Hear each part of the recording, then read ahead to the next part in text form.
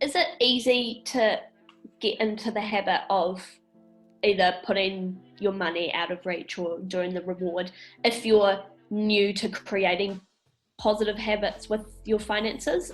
Do people fall off the wagon, or is it a bit like what we were talking about with meditation? It takes a few weeks, few months to really see the benefits. The advantage with this, it could be instant.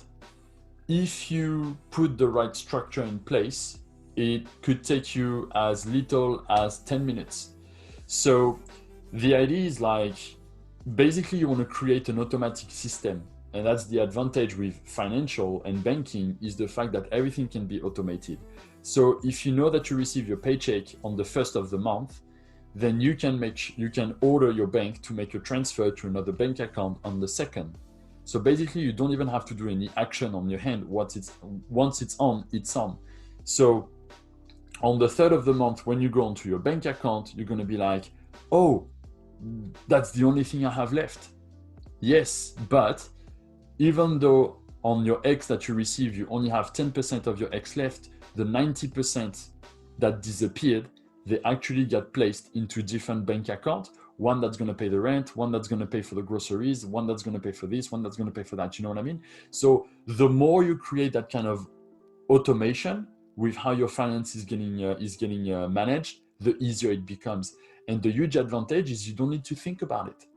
You just do that thing on the first time, and after that, it goes all by itself. So when you look at your bank account, you know that the money that you have on your bank account is the one that you can spend the way you want, because you've built all the structure behind it. Right. Is this the kind of thing that you would recommend people talking to their partners about, like what we talked about in the last video, communicating your financial behaviours with your partner or whoever you live with? Are these steps something that you would recommend talking to someone else about as well, if you've got a combined bank account? Yeah, absolutely. And it's about, so, last week we were talking about putting everything together. And so, especially when you're in the relationship and you work around that, like the expenses that we have, it's the expenses of the family, so it's the expenses of the couple and that type of thing. So, yeah, of course, I think it's very important to discuss that and to be agreed and to say, okay, we're going to receive X amount of money this month. X is going to go there, X is going to go there, X is going to go there. So at least we know that we have that left that we can spend the way you want. But yeah, I really think it's like you want to create that healthy relationship with money for the two of you in the family, because otherwise, if one is doing it and not the other one, then it's going to start becoming unhealthy inside the relationship. Okay. Well, I think that's all the questions that I have, but is there anything else that you'd like to add or tell the viewers about unwanted or healthy versus unhealthy financial behaviours? I think the last thing about the financial behavior is to understand what are your triggers, is to be able to be aware of what triggers you to buy, anything. And so for people, it could be a passion. For example, if you're passionate about cars, every time you're going to see something related to cars, it's going to be like that impulse, that type of things right here. That's your trigger to buy. Like I said, we have the impulsive buying. We also have the emotional buying. So there could be lots of things.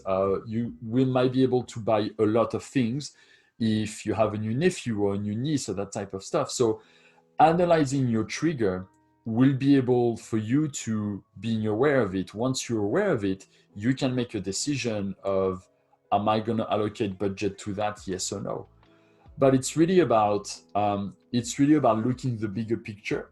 What is it that you want to reach? What is the financial plan that you need to put in place to reach that? And then it will decide, should I react to my triggers, yes or no? But if you forget the bigger picture, your triggers are still going to take on all the time. So it's always about looking at the bigger picture and how you can arrange all of that.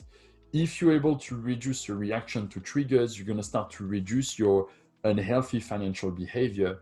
And so you're going to be able to start to reduce the stress that is linked to that. Amazing. Thank you so much for joining me today. Sofian, and for sharing your wisdom on money stress and financial behaviours. We look forward to seeing you all in the next video. Please give us any feedback in the comments below on how you found the videos, and we look forward to seeing you next time. Thank you very much, guys. See you soon.